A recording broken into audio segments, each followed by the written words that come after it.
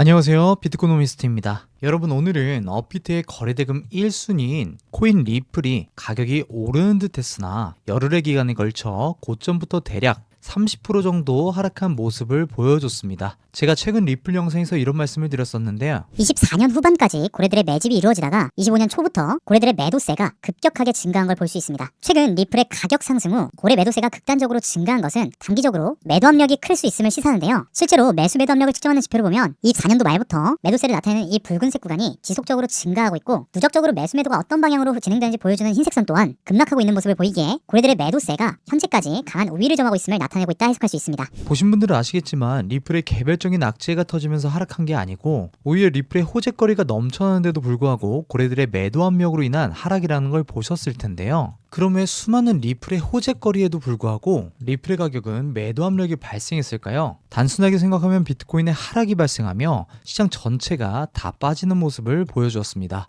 그래서 지금은 단순하게 리플만 분석하는 게 아니라 전체 시장의 관점을 확장해서 볼 필요가 있고요. 그리고 지금의 하락 움직임은 과열된 개미들을 털어내기 위한 세력의 의도된 움직임이라는 걸 알고 계셨나요? 오늘 영상에서 세력의 의도된 하락이라고 생각하는 이유와 앞으로의 시장 상황이 전반적으로 어떻게 흘러갈 것인지 명확하게 정리해드리도록 하겠습니다. 오늘의 내용은 리플뿐만 아니라 도지코인, 솔라나, 이더리움 등등 물려 계신 분들에게 많은 도움이 되실 거라고 생각하니까 영상 끝까지 꼭 집중해 주시고요. 바로 시작하겠습니다. 오늘의 목차는 다음과 같습니다. 첫째, 리플의 하락은 세력의 의도된 움직임이라고 생각하는 이유. 둘째, 암호화폐 가격의 한국 거품이 빠지고 있다. 시작하겠습니다. 자, 제가 암호화폐 하락이 세력의 의도적인 하락이라고 생각하는 이유는 딱 두 가지가 있습니다. 첫째로 동시다발적으로 터지는 악재, 둘째 가열된 한국 암호화폐 시장인데요. 첫 번째 악재부터 살펴보면 미 국무부가 중국의 공식 호칭을 중국 공산당으로 변경하면서 미중 갈등이 격화되고 있고, 바이비트 해킹 사건과 더불어 트럼프가 캐나다와 멕시코 관세를 일정대로 부과하겠다고 이야기를 하면서 불확실성이 더욱더 커지고 있습니다.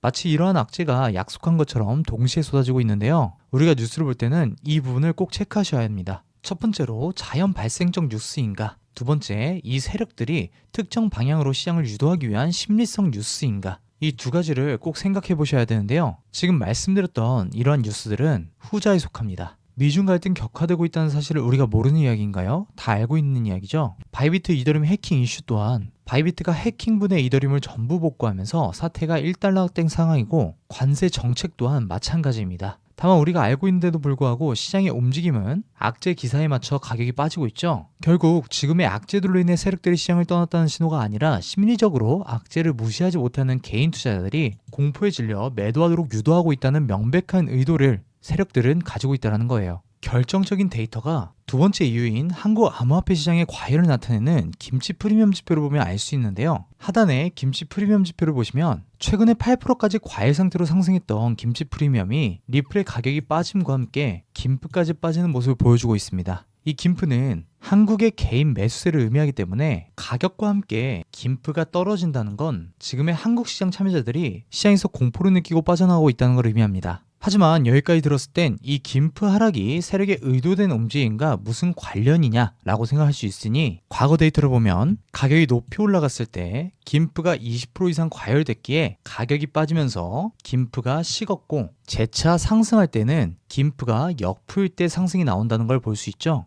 이 구간도 마찬가지입니다. 가격이 상승하며 김프가 과열된 상태가 되며 10%인 김프가 빠졌고 결국 역프까지 도달하고 나서야 재차 상승이 나왔습니다. 자, 그래서 현 시점이 지금도 마찬가지로 김프가 8%대 이상 올라갔다가 가격이 빠지고 있고 현재는 1.1% 수준까지 도달했는데요. 좀 더 횡보하거나 가격 빠짐을 유도하여 역프까지 도달할 수 있지만 김프가 많이 식었기 때문에 이제 조만간 상승에 긍정적이라고 봐도 무방하겠죠. 그리고 지금 코인 시장에 유통되고 있는 화폐 비율을 보시면 미국의 달러가 51% 정도로 1위를 차지하고 있고, 두 번째 21% 점유율로 우리나라의 원화입니다. 전 세계에서 우리나라 국가 규모로 봤을 때 말이 안 되는 수치인데, 그만큼 우리나라 개인 투자자가 외국에 비해서 코인에 적극적으로 참여하고 있다는 걸 극단적으로 보여주는 데이터이기도 합니다. 그렇다 보니 이와 연계되어 김치 프리미엄이 높다면 부정적인 뉴스를 동시다발적으로 터뜨려 세력들은 개인 투자자들을 패닉셀로 빠뜨리고 자연스레 김프를 식히는 움직임을 보인다고 해석할 수 있겠죠. 그리고 결론적으로 반대로 김프가 식는다면 긍정적으로 볼 수 있다는 신호이기 때문에 현재는 거품이 많이 빠진 상태라 조만간 전체적인 암호화폐 시장의 가격이 다시 회복될 가능성이 높다라는 말입니다.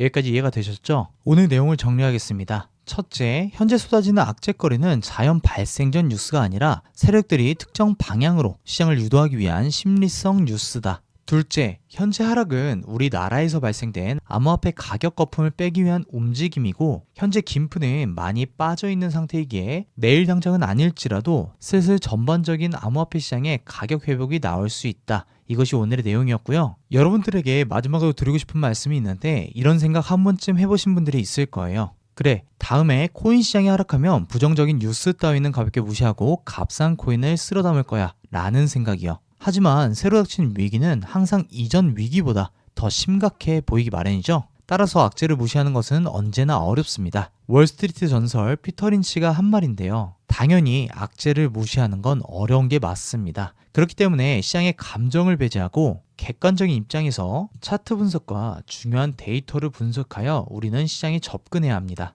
하지만 실상은 말이 쉽지 경험이 적다면 어려우실 텐데요. 그런 분들은 혼자 투자하시면서 끙끙 앓지 마시고 저희와 같이 함께 투자하여 수익도 보고 시장의 경험도 쌓으며 성장해 나가시면 좋을 것 같습니다. 어제보다 데이터를 통한 조금 더 나은 투자를 위해 빠르게 방 입장해 주시면 되겠고요. 영상 고정 댓글 링크를 클릭 또는 문자로 언제든지 비코 남겨주시면 바로 입장 도와드리겠습니다. 명심하세요. 우리가 쉽게 돈 버는 꼴을 시장은 가만히 냅두지 않습니다. 오늘 영상도 보시는 모든 여러분들께 도움이 되셨으면 좋겠고요. 영상 시청 감사드리며 구독, 좋아요 꼭 잊지 마시고 다음 영상도 놓치지 마세요. 다음엔 더 좋은 내용으로 찾아뵙겠습니다. 감사합니다.